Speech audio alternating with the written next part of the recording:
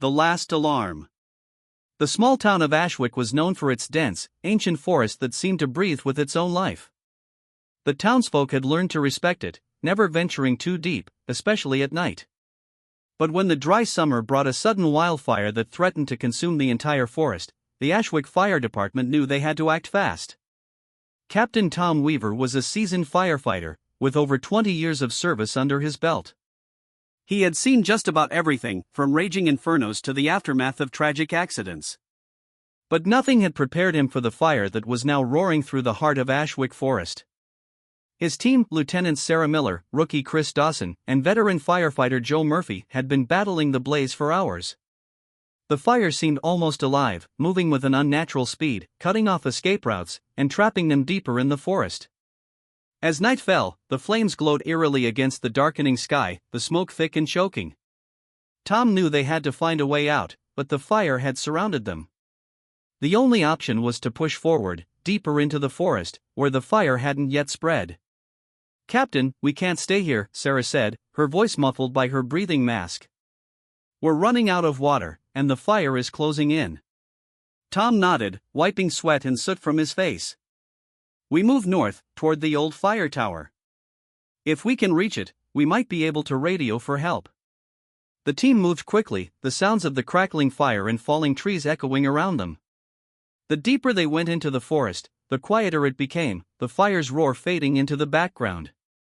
It was almost too quiet, the kind of silence that made Tom's instincts scream that something was wrong. After what felt like hours, they finally saw it, the old fire tower, a dark silhouette against the orange glow of the distant flames. It was a relic from another time, long abandoned and forgotten, but it was their only hope. They reached the base of the tower, and Tom looked up at the rusted ladder that led to the top. "I'll go up and try to get the radio working. Sarah, Chris, check the perimeter.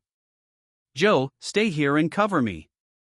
The old ladder groaned under Tom's weight as he climbed, but it held. When he reached the top, the view was a nightmare, fires burning in every direction, the town of Ashwick barely visible through the thick smoke. He quickly found the old radio, covered in dust and cobwebs, and tried to turn it on. The static crackled, but there was no signal. "Come on, damn it," Tom muttered, adjusting the dials. Suddenly, the radio came to life, but instead of the usual static or emergency broadcasts, he heard something that made his blood run cold, a low, whispering voice, speaking words he couldn't understand. It was faint, almost as if it was coming from far away, but it was unmistakably there. "Sarah, Joe, do you copy?" Tom said into his radio, but there was no response. Just the eerie whispering. "Sarah? Joe? Chris?" The only answer was the voice, growing louder, more insistent. Tom could feel a cold sweat trickling down his back as he looked out over the forest. The fire was still raging, but now he could see something else, shadows moving within the flames, shapes that shouldn't be there. He shook his head, trying to focus. It had to be the smoke, the exhaustion playing tricks on his mind. But then he saw them, figures emerging from the fire, walking through the flames as if they were part of them. Their bodies were charred and twisted, their eyes glowing like embers. Tom's breath caught in his throat as he realized what he was seeing. These were people, or at least they had been. The figures moved slowly, deliberately, heading toward the base of the tower where his team was waiting. Panic surged through Tom, and he scrambled down the ladder, nearly losing his grip in his haste. When he reached the bottom, the scene was chaos. Joe was standing near the base, his face pale as he stared into the darkness. Sarah and Chris were nowhere to be seen. "Joe? What's going on?" Tom shouted. Joe turned to him, his eyes wide with fear. "Captain, they're gone.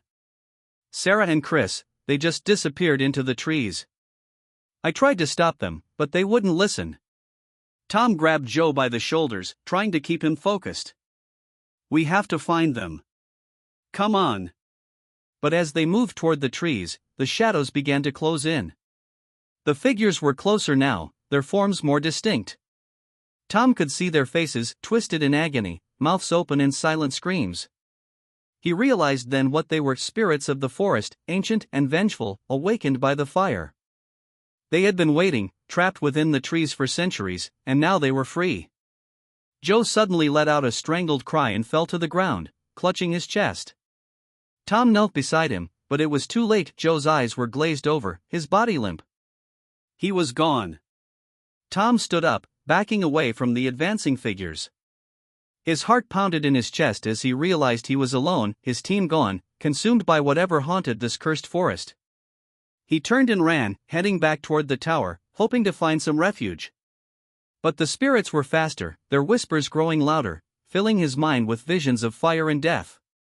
The flames that surrounded him now felt alive, as if they were reaching out for him, eager to claim him. Tom stumbled as he reached the base of the tower, his breath coming in ragged gasps. He knew he couldn't outrun them. The spirits were all around him now, their cold, dead hands reaching for him. In a final act of desperation, he pulled out his radio, shouting into it with the last of his strength. "This is Captain Tom Weaver of the Ashwick Fire Department. We need help. Anyone, please. We're..." But before he could finish, the radio went dead, the whispering voices silenced. The last thing Tom saw before